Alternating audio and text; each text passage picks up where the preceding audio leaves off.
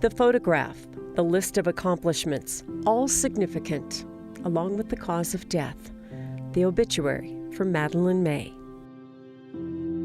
I see pieces of us in Maddie, and I see pieces of the other kids in Maddie.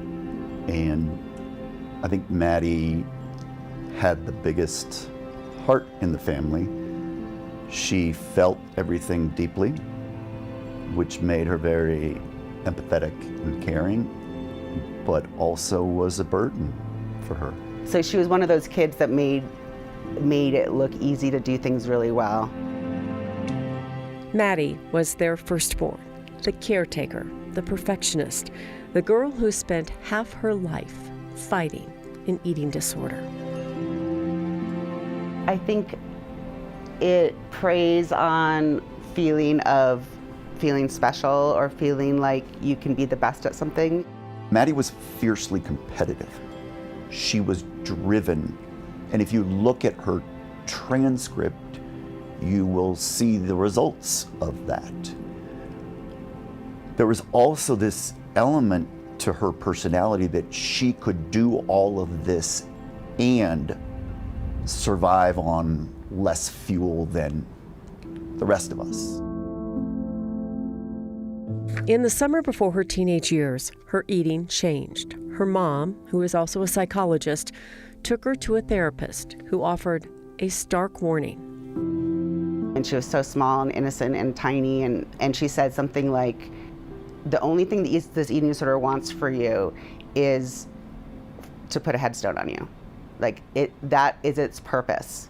And it's gonna challenge you to the very end to believe that if you just follow its orders, it's gonna bring you to some kind of light or some kind of perfection or some kind of special spot.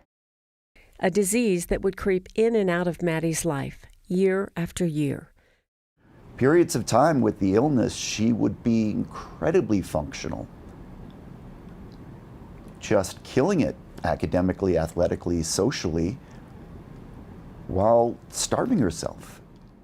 But her therapist would say early on, she's one of the sickest kids I've seen. And I would be, you look at her, she wouldn't look like those really anorexic kids you see in the hospital. She didn't look like it, but her thinking was so caught up in it. Middle school, high school, and at Dartmouth. Yes, Dartmouth. Maddie had plans until the disease took over. She did not want to be the person she was when she was really in her eating disorder. She hated that person. And it was torturous for her. And so it was treatment resistant because we threw all the treatment we could at this. And in her last year, we were grasping at straws. Outpatient, inpatient programs, dozens of them. By the end of 2021, there was nothing left. I said, man, you could die from this. You have to listen to us. You have, And I think she was scared. She was scared. I think at that stage she wanted help. We were on the wait list at the Denver Health Acute Center, but there were no beds available. No beds. Just 5 days after Christmas. She had passed in her sleep, and I think her heart just finally just said, can't do it.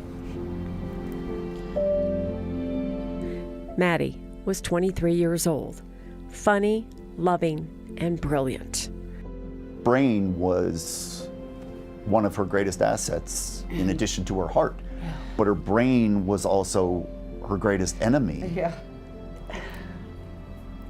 I think right now I just really miss her so much. But she didn't want to die. In the last week of her life, Maddie enrolled in a clinical trial for treatment-resistant eating disorders. Maddie tried, and we tried, and it didn't work. What that is, they don't know. They do know they loved Maddie, and they miss her deeply. And I feel like it's opened up a door for us to just be really transparent in how we feel with each other, to take every opportunity to tell each other how much we love each other.